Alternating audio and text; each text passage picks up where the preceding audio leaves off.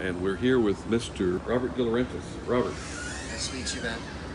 Okay, this is actually effective, and also the squeaking door. That's not a sound effect. That's real. Robert, thank you. Thanks for having me on your show.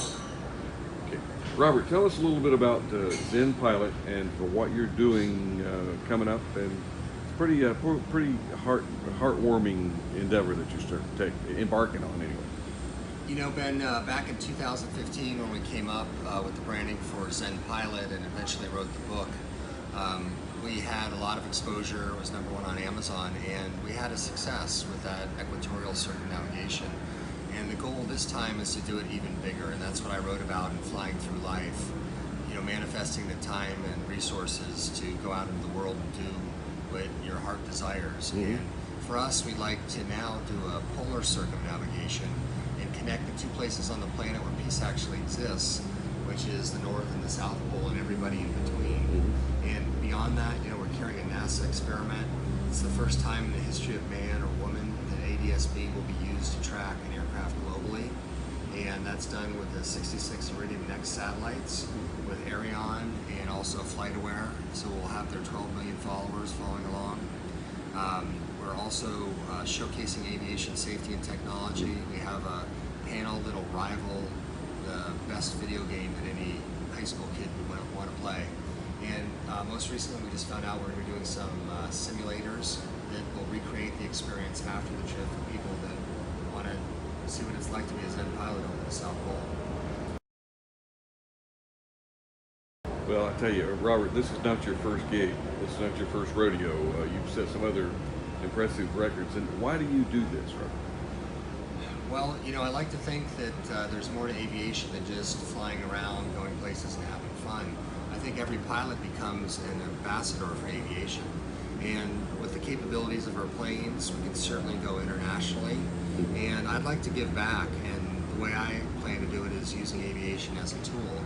And in my book, Zen Pilot, you know, there were a lot of very terrifying and challenging moments, but from those things, you know, there were lessons that were learned. So I think aviation teaches us about life. It's not just about how to do a better instrument approach or how to take off or save fuel, you know, in the air. It's about what impact we have on the world. Mm-hmm. And the impact is so dynamic, and it's refreshing to see the kids walking around here that have toy planes in their hands and zooming with the planes, and the families that bring the kids out here, hopefully trying to set the hook for what do you want to do, Johnny or Susie, when you grow up. Absolutely, and you know, the citizen of the world, the plane that I'll use to do this 26,000 nautical mile polar circumnavigation is a pretty cool plane. It's a lot of ramp presence, composite scimitar 5-bladed props, Predator drone engines. We've got a great logo scheme with all the flags and many sponsors that are supporting this trip. It's impressive, and I know Obi has dropped in the B-roll in the background in this video, and we're sharing this and primarily trying to bring out the safety aspect, because what you're about to embark on, it doesn't just happen. There's a lot of planning, a lot of what-if scenarios, tabletop discussions, and it involves probably a lot of people, not just you. You know, it's been a very humbling experience, because the first trip around the world in 2015 took about 6 months to plan for. And I thought, well, you know, we're more experienced this time, we have a little better budget, bigger team, it'll take about 6 months. And right now we're at 23 months, and it'll be about 26 months when we actually take off. And that's not for lack of effort, you know, or working every day. We've been working even harder on this one. So there's a lot of safety considerations, a lot of technology that we're using. It's challenging. And Robert, you did something a little while ago that I said we probably need to capture this, and this is taboo in the official professional film category, but show us your logo on the back, One Planet. Okay, here we go. Here we go. There we go. Citizen of the world, one planet, one people, one plane, pole-to-pole flight. That's a great website. That is cool. And we come to you today from actually it's the gateway to China, and it's an industry. China is becoming very involved in aviation, general aviation especially, and they have a very strong presence here. Nice footprint. We have beautiful Grace helping us. Wave, Grace. Here we go. And helping us with just facilities here. And we're going to be talking with Tim Archer later on about Z Park. Have you ever heard of Z Park? I have not. I have not heard about Z Park. Z Park is the equivalent of our Silicon Valley in California, in China. So it's something to learn about there. But again, it rolls into your theme of one planet, one people. Right. You know, the name Citizen of the World that we used for the plane came from a blog I did back in 2015. And what we found is, you know, when I departed on my trip, I think like most of the world, I was seeing differences amongst people. Color, race, ethnicity, religion. And the more countries that I visited on that trip, 26, I came to realize that there were more similarities than differences amongst people.